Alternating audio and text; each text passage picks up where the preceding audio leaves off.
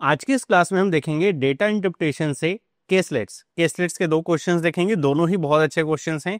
इस तरह के क्वेश्चन अगर आप प्रैक्टिस करते हैं तो एग्जाम में आप कभी फंसते नहीं हैं, क्योंकि एग्जाम में हमेशा फंसाने वाले क्वेश्चन ही दिए जाते हैं जिसमें आपको कुछ समझ में आता नहीं, लंबे लंबे क्वेश्चंस हो जाते हैं और बहुत सारे पैरामीटर्स को सॉल्व करना रहता है। तो चलिए स्टार्ट करते हैं बिना किसी देरी के। तो पहला हमारा सवाल है, अब ये जो सवाल है ये हमारा वेन डायग्राम के ऊपर आधारित सवाल है। बताया जा रहा है कि एक सर्वे कंडक्ट हुआ 700 एम्प्लॉयज़ के बीच में और उनकी इन्वेस्टमेंट हैबिट्स को ट्रैक किया गया। तो ये देखा गया कि जो 700 एम्प्लॉयज़ हैं उन्होंने या तो म्यूचुअल फंड में इन्वेस्ट किया, या तो स्टॉक्स में, या तो रियल एस्टेट में, मतलब इन्हीं तीनों में इन्वेस्ट किया है। किसी ने सिर्फ इन तीन में से एक में ही किया होगा, किसी ने दो में किया होगा, किसी ने तीनों में भी किया होगा। इसी के आधार पर ये आपका पूरा क्वेश्चन बनता है। तो क्वेश्चन पढ़ते हैं, कंडीशंस क्या क्या हैं उसके आधार पर इसे हम समझते हैं। तो हमको तीन पैरामीटर जब दिखते हैं तो समझ में आ जाता है ये आपका वेन डायग्राम के ऊपर आधारित है।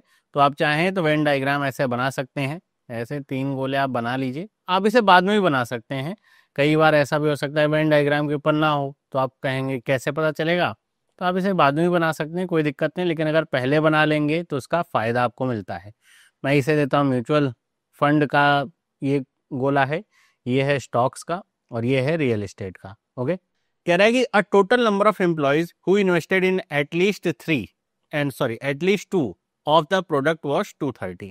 अब यहाँ पे ये बात समझ ही लीजिए, वैसे तो कई बार मैंने आपको बता रखा है कि ये जो ABCDEFGH मैंने बनाया है ये हर एक कॉलम का जो इंडिविजुअल जो सेक्शन है वो बताते हैं। मतलब जैसे ए की बात हम करेंगे तो केवल वो एम्प्लॉयज जिन्होंने केवल और केवल म्यूचुअल फंड में इन्वेस्ट किया और कहीं नहीं। अगर मैं डी की बात करूंगा तो वो एम्प्लॉयज जिन्होंने म्यूचुअल फंड और स्टॉक्स दोनों में इन्वेस्ट किया है।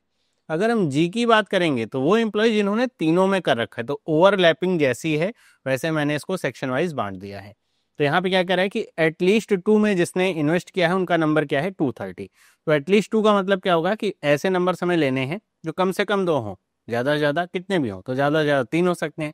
मतलब ये जो डेटा दिया गया है D, E, F और G का दिया गया है, तो आप इसे ऐसे लिख सकते हैं D+E+F+G बराबर में क्या है 230। मैं जो कह रहा था कि शुरुआत में बना लेंगे तो यहीं पे फ़ायदा मिलता है कि आप आसानी से बहुत छोटे में दिखा सकते हैं।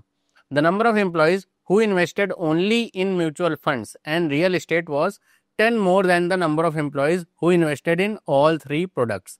यहाँ पे गलती होती है। कैसे? अगर आपने इसको सही से नहीं पढ़ा ना तो ऐसे सोच सकते हैं कैसे कि यहाँ पे लिखा गया है कि जो नंबर ऑफ एम्प्लॉयज़ हैं who invested only in mutual fund and real estate, तो आप कहेंगे ओनली म्यूचुअल फंड का मतलब ए, ओनली रियल एस्टेट का मतलब सी। तो ए प्लस सी की वैल्यू किससे ज़्यादा है? तो करेंगे 10 more than the employees who invested in all three का मतलब जी। तो हम कहेंगे G+10। ऐसा लिखा हुआ क्या? नहीं, ये नहीं लिखा हुआ है।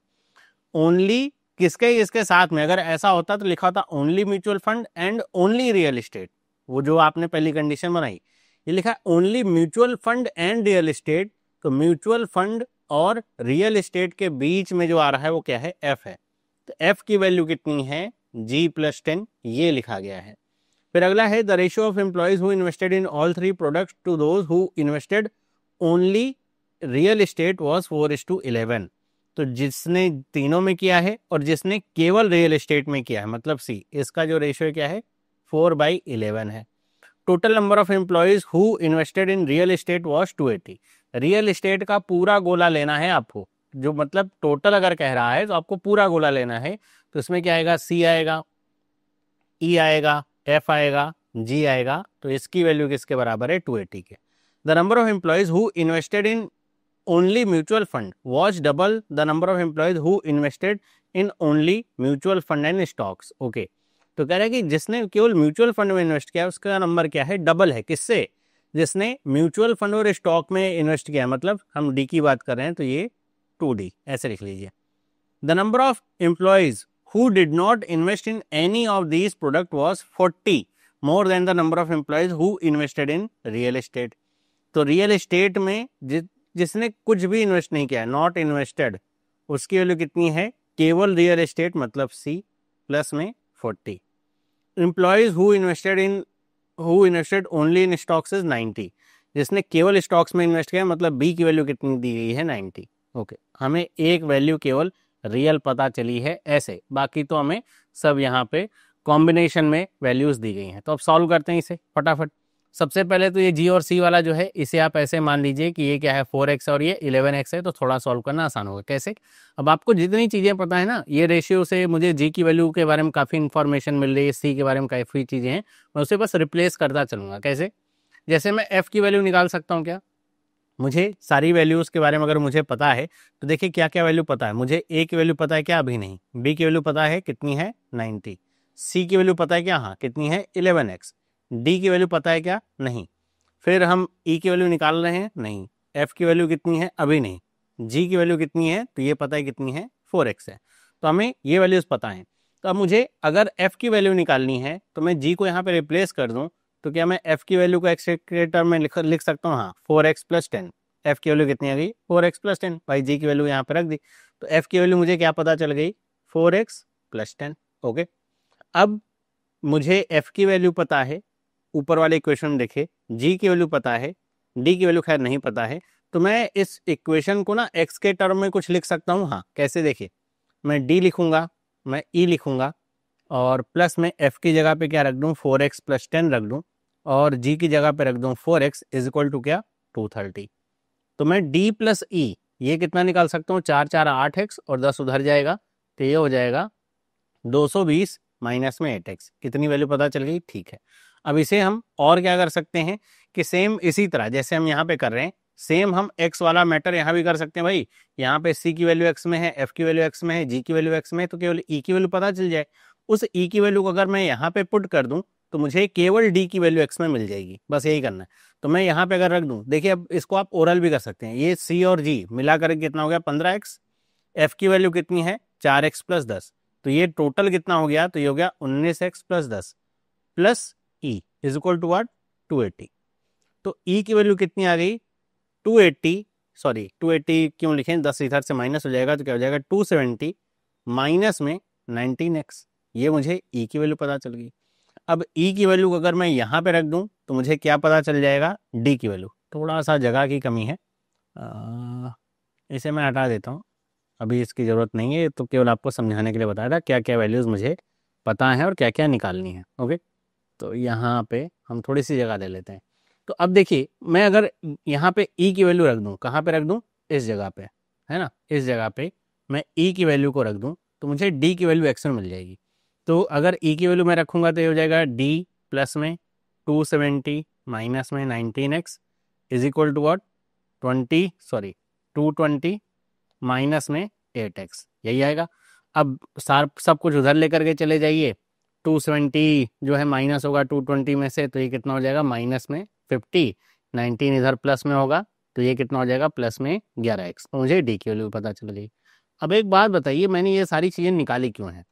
निकाली इसलिए हैं क्योंकि मुझे क्या पता है कि अगर यहाँ पे मैं सारी वैल्यूज़ को जोड़ दूँ, ये ABCDEFGH पूरी मतलब जी तक जोड़ूँ, और उसके बाद ये नॉट इन्वेस्टेड में भी सी की वैल्यू को मैं क्या रख दूँ? 4x रख दूँ। 4x प्लस 11x है सी की वैल्यू, तो 11x + 40 हो जाएगा ये। तो मैं इसको टोटल किसके बराबर कर सकता हूँ? 700 के बराबर कर सकता हूँ।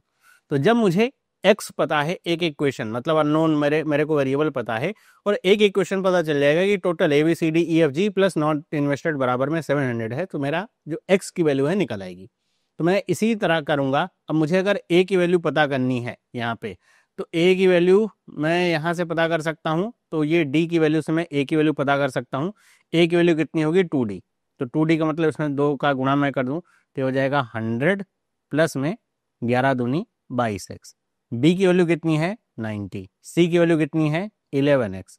d की वैल्यू कितनी है? तो ये तो इतनी है, तो ये -50 प्लस में 11x। ई की वैल्यू कितनी है? ई की वैल्यू भी हमने निकाली थी, ये कितनी आई थी? 270 माइनस में 19x। एफ की वैल्यू हमने निकाली थी, कितनी है? 4x प्लस में 10। और एफ के बाद कहता है जी की वैल्यू कितनी है? 4x। और ये सब कुछ किसके बराबर होगा? 700 के बराबर होगा। अगर ये गलती आपने करी तो फंस सकते हैं। ये सब कुछ 700 के बराबर नहीं है, 700 में एक वैल्यू आप ऐड करना बोल रहे हैं, वो कि ये वाली है, नॉट इन्वेस्टेड वाली भी है। तो प्लस में आप ऐड करेंगे 11x और प्लस में 40, अब बराबर होगा किसके? 700 के। अब आप क्या करिए, x वाले टर्म एक साथ जोड़ लीजिए और नंबर वाले एक साथ। -100 प्लस 90 माइनस 10 माइनस 60 हो जाएगा, माइनस 60 प्लस 270 करेंगे तो ये कितना हो जाएगा 210, 210 में 10 और जोड़ेंगे 220, 40 और जोड़ेंगे 260, तो ये आ गया 260। अब x वाला टर्म जोड़ लीजिए, कितना है 22 और 11 33, 33 11 तो कई बार है मेरे ख्याल से, 1 2 3 33, 33 और 22 आप ऐड करेंगे कितना, 33 और 22 है यहाँ पे, और आप चाहें तो यहीं से वैल्यू को निकाल सकते हैं कि माइनस में आप 19 कर देना, आपके पास ये 11, अच्छा 4x वाले भी टर्म तो हैं, तो ये 33 हो गया, 33 और 4 4 8, 33 और 8 कितना हो जाएगा 41, 41 और 22 कितना हो जाएगा 63, 63 में से 19 आप घटाएंगे तो कितना हो जाएगा 44x, और बराबर में क्या हो गया 700। अब 260 उधर जाएगा तो ये कितना हो जाएगा 440, तो 44x की वैल्यू कितनी आ गई 440, तो x की वैल्यू कितनी आ गई 10। अब x की वैल्यू जब 10 आ गई तो आप सारी वैल्यूज़ को पता कर सकते हैं बड़े आसानी, क्योंकि हमने सब कुछ ना x में रिड्यूस किया है, तो मुझे पता क्या चल जाएगा, मुझे पता चल जाएगा g की वैल्यू कितनी है 40, c की वैल्यू कितनी है 110, और इस तरीके से मैं सारी वैल्यूज़ को निकाल सकता हूँ। a की वैल्यू अगर मुझे निकालनी है तो d की वैल्यू निकाल लीजिए, यहाँ पे आप क्या करिए 10, यहाँ पे 10 का गुणा कर दीजिए, 110 में से 50 जाएगा, d की वैल्यू कितनी आ जाएगी 60, तो a की वैल्यू कितनी आ जाएगी, a की वैल्यू आ जाएगी इसका 2 गुना मतलब 120। ऐसे करके आप पूरी वैल्यूज़ को निकाल सकते हैं। तो आप चाहें तो ए बी सी डी सारी जो वैल्यूज़ है ना उन्हें एक लाइन से रख सकते हैं और उसके आधार पे ही फिर सारे क्वेश्चंस कर सकते हैं। मैं सारी वैल्यूज़ को एक्स के टर्म में जो वैल्यूज़ हैं उनको एक्स को रिप्लेस करके एक साथ लिख देता हूँ, फिर इसके बाद हमको सारे क्वेश्चंस करें, मतलब हमें एक्स फाइंड करना था, जब एक्स फाइंड हो गया तो हम सब कुछ ए बी सी डी सब एक्स के फॉर्म में है, आसानी से निकाल सकते हैं। अब यहाँ पे जब हमने सारी वैल्यूज़ को रिप्लेस करके लिख लिया है तो पहला क्वेश्चन कहता है कितने ऐसे एम्प्लॉयज़ हैं जिन्होंने केवल म्यूचुअल फंड में इन्वेस्ट किया है। आपको पता होगा कि ए की वैल्यू किसकी थी म्यूचुअल फंड की थी, बी की वैल्यू किसकी थी स्टॉक्स की, और ई सी की वैल्यू किसकी थी रियल एस्टेट की।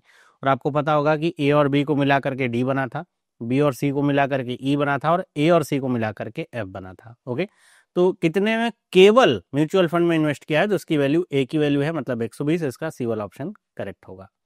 अगला सवाल कह रहा है कि number of employees who invested, यहाँ पे आपको अगर देख नहीं रहा है लिखा है invested in only stocks is approximately what percent of the total number of employees who invested in real estate. तो कह रहे हैं कि जिसने केवल स्टॉक्स में इन्वेस्ट किया है, स्टॉक्स में कितनों ने इन्वेस्ट किया है, तो ये वैल्यू है 90, बी वाली वैल्यू।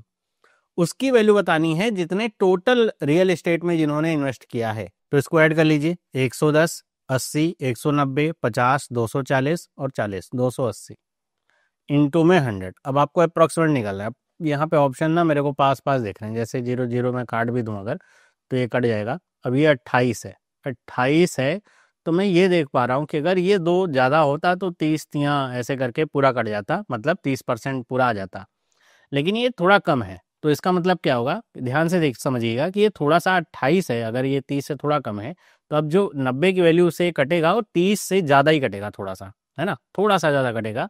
तो 25 नहीं हो सकता, 28 नहीं हो सकता, 38 तो नहीं हो सकता, 35 भी नहीं हो सकता, क्योंकि वो कुछ ज़्यादा ही है, तो इसका सी वाला ऑप्शन क्या होगा करेक्ट होगा। तो ऐसे आप थोड़ा स्मार्ट अप्रोच निकाल करके भी लगा सकते हैं, वरना आप इसे कैलकुलेट करना चाहें तो काटना शुरू कर दीजिए, इसको 4 से काट लीजिए, अगर कट रहा है तो 4 नहीं, 4 से नहीं कट रहा है ये, तो आप इसे 2 से काट लीजिए 45 हो गया, इसे आप 2 से काट लीजिए 14 हो गया, फिर 14 तियाँ 42 करिए, फिर बचेगा कितना, 42 करेंगे 3 बचेगा, फिर आप इसे 14 दूनी 28 बार लेकर के जाएंगे 32% निकल आएगा। उतना करने की भी जरूरत नहीं, थोड़ा सा भी आप अप्रोच अपनी बदलेंगे तो आंसर निकाल पाएंगे। कह रहे what is the ratio of number of employees who invested exactly in one product to the number of employees who invested in exactly 2 product. 1 product वाला वैल्यू तो यहाँ पे और 2 प्रोडक्ट वाला यहाँ पे, एग्जैक्टली बोला है, एग्जैक्टली का मतलब केवल 2 लेना है, जी वाली वैल्यू को नहीं लेना। तो ऐड कर लीजिए, इसे ऐड करूंगा कितना हो जाएगा 210, 210 यहाँ पे 110 और ऐड करूंगा तो कितना हो जाएगा 320। ओके, तो यहाँ से ही मैं बता सकता हूँ, क्योंकि ई वाला नन ऑफ दीज नहीं है, इसका बी वाला ऑप्शन ही क्या होगा करेक्ट होगा। कैसे, क्योंकि भाई कुछ भी होगा, अब 32 वाली वैल्यू है, 32 ना तो किसी भी वैल्यू में 19 से कटेगा, ना तो 11 से कटेगा, ना तो 5 से कटेगा, है ना, तो इसका मतलब 32 ही आना चाहिए, तो 32 आ रहा है यहाँ पे, वो कट जाएगा। बल्कि यहाँ पे अगर कुछ ऐसा लिखा होता 16:7 तब मैं सोचता कि नहीं वो भी हो सकता है क्योंकि वो कट सकता है, या फिर 8:7 लिखा होता तब भी मैं सोचता, लेकिन ऐसा कुछ नहीं लिखा है। बाकी आप कैलकुलेट करना चाहें तो कर भी सकते हैं, इसको भी कैलकुलेट कर लीजिए, 8 6 14, 14 और 5 कितना हो जाएगा 19, 190 कैंसिल आउट करिए, बी वाला ऑप्शन करेक्ट है। अगला question, what is the total number of employees who did not invest in any stocks, तो कितने हैं, तो उसकी वैल्यू 150, ए वाला ऑप्शन इसका करेक्ट है। अगला क्वेश्चन कह रहे हैं कि if 20% of employee who invested in all 3 products withdraw their investment from real estate, total जितने हैं जिन्होंने तीनों में इन्वेस्ट किया है कितने हैं, 40 का 20% जो है वो विड्रॉ कर लेते हैं किससे, रियल एस्टेट से, मतलब कितना आ जाएगा 8। What would be the new number of employees who investing only in mutual fund and stocks, मतलब ये जो 8 एम्प्लॉय हैं ये अगर विड्रॉ कर लेंगे रियल एस्टेट से, तो सिंपल सी बात है उन्होंने तीनों में इन्वेस्ट कर रखा था, म्यूचुअल फंड, रियल एस्टेट और जो स्टॉक्स हैं उसमें। रियल एस्टेट से अगर 8 चले गए तो बचे क्या, म्यूचुअल फंड और रियल एस्टेट वाले, सॉरी म्यूचुअल फंड और स्टॉक वाले, तो ये जो नंबर है यही बढ़ जाएगा। तो म्यूचुअल फंड और हमारा जो स्टॉक्स है उसका नंबर कितना है, पहले 60 है, तो 60 में आप 8 और ऐड कर देंगे तो ये कितना हो जाएगा, 68, तो इसका सी और ऑप्शन करेक्ट है। इसी तरह इससे एक और सवाल आपका बन सकता है जिसमें कहते हैं ना एटलीस्ट वाला सवाल एक बनता है यहाँ पे, वो भी बन सकता है। एटलीस्ट आपसे कह दे कि ऐसे कितने पर्सन हैं जो 2 हैं, और इसी में एक सवाल बनता है एटमोस्ट का भी, हाँ, तो ये भी सवाल कई बार बन जाते हैं। तो उसको बस जैसे कह दे कि ऐसे कितने एम्प्लॉयज हैं जिन्होंने एटमोस्ट 2 प्रोडक्ट में इन्वेस्ट कर रखा है, तो एटमोस्ट का मतलब क्या होगा कि ज़्यादा से ज़्यादा 2, तब आपको ये वाली वैल्यू ऐड करनी है, ये वाली वैल्यू ऐड करनी है और उसको बता देना है। फिर जी और यहाँ पे सॉरी इसमें ये भी आपको ऐड करना पड़ेगा, नॉट इन्वेस्टेड वाला भी। एटमोस्ट 2 का मतलब कि आपको 0 लेना होगा, 1 लेना होगा और 2 भी लेना होगा, तो वो आपका हो जाएगा। अगर ये बताए कि इन्वेस्ट किया है ना, तब अगर इन्वेस्ट बोले कि एटमोस्ट 2 जिन्होंने इन्वेस्ट किया है, तब आप 0 को हटा देंगे, क्यों, क्योंकि जो ये सॉरी ये नॉट इन्वेस्टेड वाले को हटा देंगे क्योंकि उन्होंने इन्वेस्ट किया ही नहीं है, तो इन्वेस्टेड में काउंट नहीं होगा, तब आप केवल 1 और 2 को लेकर के चलेंगे, बस वही। अगर एटलीस्ट 2 बोलेगा कि एटलीस्ट 2 में, तो आपको केवल ये DEF लेना है और G लेना है, क्योंकि एटलीस्ट 2 में ये सारी वैल्यूज हट जाएंगी, बस इतना ध्यान रखना है। अगले सवाल पे चलते हैं। अगला सवाल हमारा है, अब ये वेन डायग्राम के ऊपर आधारित नहीं है, कह रहा है कि in a college 400 student enrolled in 2 stream, engineering and commerce, all students are from either urban or a rural background, at the end of the year all student either pass or fail. तो इसी से आप समझ सकते हैं ना, Venn diagram के ऊपर नहीं है, कि हमारे पास 400 स्टूडेंट हैं, 2 स्ट्रीम है इंजीनियरिंग कॉमर्स, उसमें फिर फर्दर डिवाइड किया गया है कि वो अर्बन या रूरल से हैं, फिर अर्बन और रूरल को डिवाइड करके पास और फेल ऐसा बताया जा रहा है कि उसमें कितने पास हुए हैं कितने फेल हुए हैं, उसके आधार पर ये टेबल बन पाएगी आपकी, है ना। तो आप चाहें तो इसको ऐसे टेबल के रूप में दिखा सकते हैं। मैं एक टेबल ऐसे बना लेता हूँ कि पास और फेल की, और यहाँ पे ऐसे टोटल दिखा दूँ, तो एक मेरे पास ऐसे टेबल तैयार हो जाएगी। और इधर मैं एक तरफ क्या दिखा दूं, पास और फेल ये सारी चीज़ें तो चली रही हैं, मैं इधर दिखा दूं कि क्या है, इंजीनियरिंग से है ना, तो इसमें अर्बन, रूरल और एक टोटल दिखा दूं, क्योंकि ये जो वैल्यूज आती है ना ऊपर नीचे हॉरिजॉन्टल वर्टिकल दोनों तरफ से टोटल पूछा जा सकता है। और यहाँ पे ये कॉमर्स आ जाए, अर्बन, रूरल और टोटल, तो ये कुछ ऐसे हो जाएगा। ओके, आप चाहें तो आप इसको ग्रैंड टोटल के रूप में दिखा सकते हैं, कितना आ रहा है ग्रैंड टोटल वो, तो ग्रैंड टोटल इसका आएगा कितना, 400, मतलब सारे बच्चे मिला करके कितने हैं, 400। पहला स्टेटमेंट क्या कहता है, 55% of the total student are enrolled in commerce stream, तो टोटल 400 बच्चे हैं जिसका 55% किस में है, कॉमर्स में है, तो 400 का 55% कितने बच्चे हैं जो पलक झपकते निकाल सकते हैं, बहुत सारे बच्चे, तो ये कितना जाएगा 220, तो ये 220 हो गया। ये टोटल है इसका पूरे कॉमर्स स्ट्रीम का, अर्बन, रूरल, पास फेल सब मिला करके 220। तो हमें इंजीनियरिंग का पता चल जाएगा, ये कितना हो जाएगा 180। सिंपल सी बात, 2 स्ट्रीम है। The number of engineering student from N urban background who failed is 20। कह रहा है कि इंजीनियरिंग में जो अर्बन से फेल है उनकी वैल्यू कितनी है, 20 है, which is exactly 1/6 of the total number of student who failed across both stream. तो ध्यान से इसमें बस समझना होगा, जो यहाँ पे स्टेटमेंट्स लिखे गए हैं, कंफ्यूज आप हुए नहीं कि आपसे वैल्यू गलत हुई नहीं। तो कह रहा है ये जो 20 है ये 1/6 है किसका, दोनों स्ट्रीम को मिला करके जो टोटल फेल हुए बच्चे हैं उनका, मतलब कि अगर मैं इस पूरे फेल का ग्रैंड टोटल करूं तो 20 का 1/6 पर, ये 20 क्या है 1/6 है, मतलब टोटल कितना फेल हो जाएगा 120। इतनी बात तो समझ में आती होगी, 1/6 का मतलब 1 की वैल्यू 20 है तो 6 की वैल्यू कितनी होगी, गुणा कर लीजिए बस, तो ये कितना गया 120। लिखा है total number of student from urban background who passed is equal to the total number of student from rural background. Okay, तो कह रहा है कि total number of student from urban background जो पास हुए हैं उसकी वैल्यू किसके बराबर है, total number of student from rural background, मतलब रूरल के टोटल के बराबर है, वो पास फेल सब मिला करके टोटल रूरल के बराबर है। अगला स्टेटमेंट क्या है, the number of commerce student की बात हो रही है, फ्रॉम रूरल बैकग्राउंड की बात हो रही है, हु पास्ड मतलब हम इस वाली वैल्यू की बात कर रहे हैं, इस 15% of the total student in the college. Total कितने हैं, 400 है, 400 का 15% कितना हो जाएगा, 60। यहाँ पे ना सबसे ज्यादा मुश्किल है स्टेटमेंट को सही से समझना, कहीं भी उल्टा सीधा हो गया, पास का फेल कर दिया, फेल का पास कर दिया, अर्बन का रूरल कर दिया, तो गलतियां होगी और फिर आप जब बनाने बैठेंगे नहीं मैच होगा, फिर से आपको पीछे जाना पड़ेगा, ये टाइम टेकिंग होता है, सबसे ज्यादा समय यही खराब करता है। The number of student from rural background who passed is 50 more than the number of student from rural background who failed.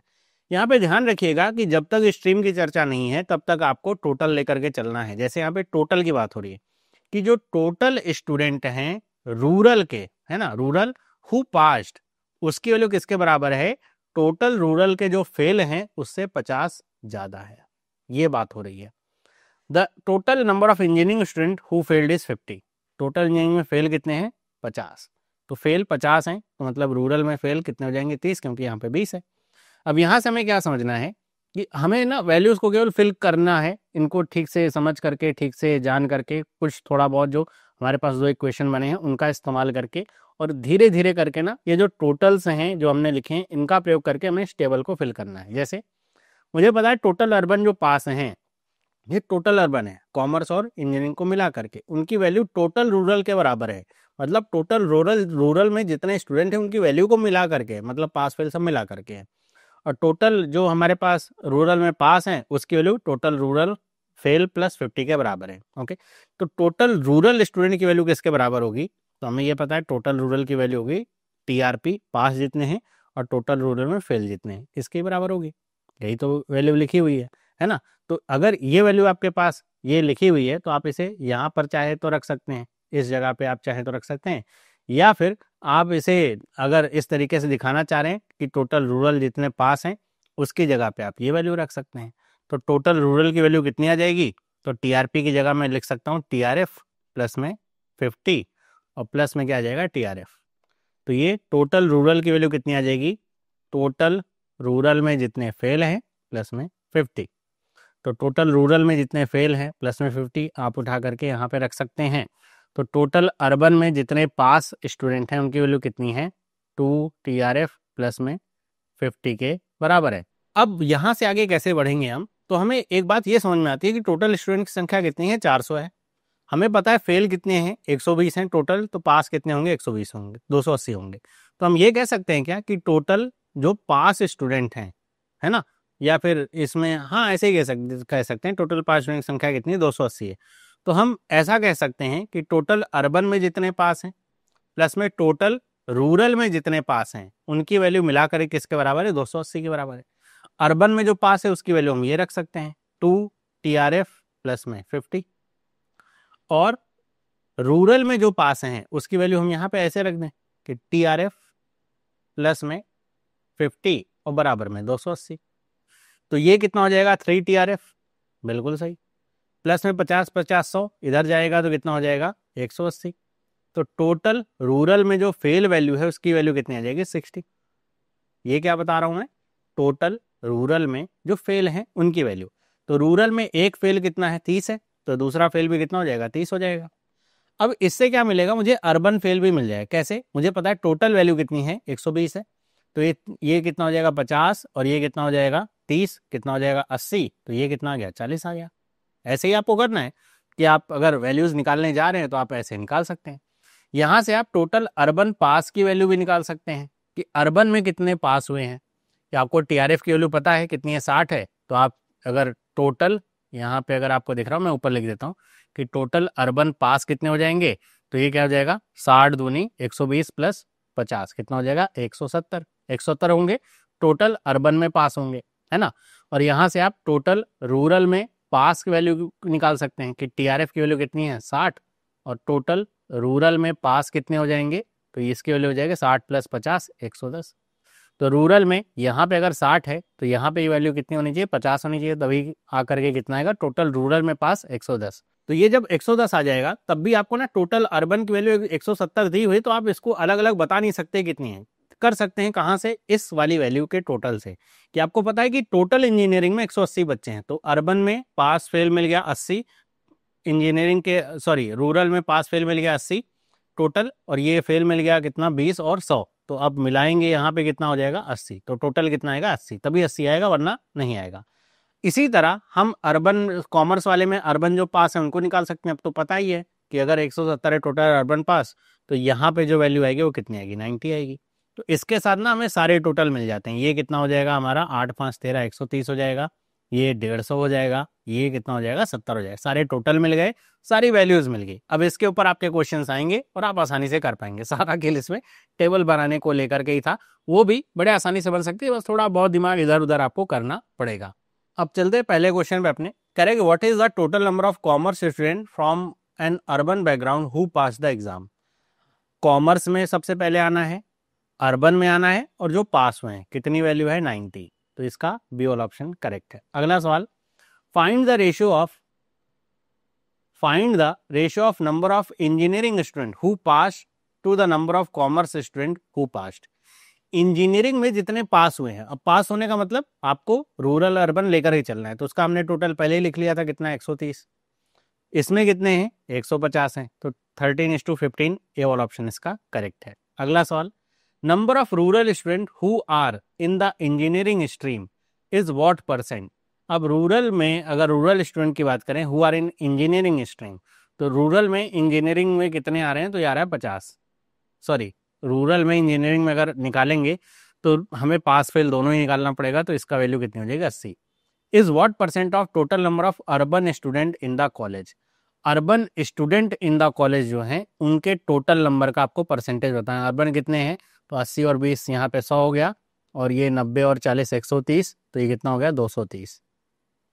आपको बस इसकी वैल्यू निकालनी है, इंटू में 100 आपको पता है करना ही पड़ेगा। अब इसकी वैल्यू को भी आप ऐसे निकाल सकते हैं, जैसे अगर मैं इसे पूरा पूरा काटता, यहाँ पे अगर एक ज़्यादा होता तो ये 3 बार में लगभग कट जाता, लेकिन ये एक आपका कम है 23 है, तो ये वैल्यू आपकी 3 नहीं आएगी, लगभग 2.9 समथिंग ऐसे आती।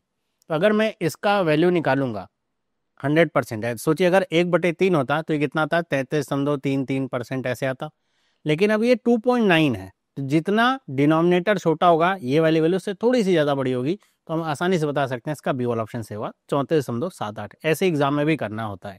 अगला question, what is the difference between the number of urban student who failed. Urban student who failed, अब टोटल की बात कर रहे हैं यहाँ पे, तो यहाँ पे 20 फेल हुए हैं और यहाँ पे 40 फेल हुए हैं, तो ये क्या आ गया 60 आ गया। And number of rural student who pass, rural जो पास हुए हैं, तो यहाँ पे 60 हुए हैं, यहाँ पे 50 हुए हैं, तो ये 110 हो गया, तो डिफरेंस कितने का आ गया 50 का। तो ऐसे आपके क्वेश्चन बनेंगे, और क्वेश्चन आप बड़े आसानी से सॉल्व कर सकते हैं जब आपके पास टेबल मौजूद हो। फटाफट बस करना है और थोड़ा बहुत स्मार्टनेस दिखाई, आसानी से क्वेश्चन सॉल्व हो जाएंगे। तो इस तरह के जब आप क्वेश्चन करते हैं ना केसलेट के, तो आपका ना एनालिटिकल पावर थोड़ा और स्ट्रांग होता है, और केसलेट का डर भी खत्म होता है, और आपको ये पता चल जाता है कि कहाँ पे आप एज्यूम कर सकते हैं चीज़ों को, और कहाँ वहीं पे गलतियां होती हैं, वो आपको बस नहीं करना है केसलेट में, बाकी चीज़ें आपके आसान रहती हैं। तो इस तरह की और वीडियोस के लिए चैनल को सब्सक्राइब करिए। ये वीडियो अगर अच्छी लगी तो वीडियो को लाइक करिए। मिलते हैं अगली वीडियो में, सभी लोगों को बाय।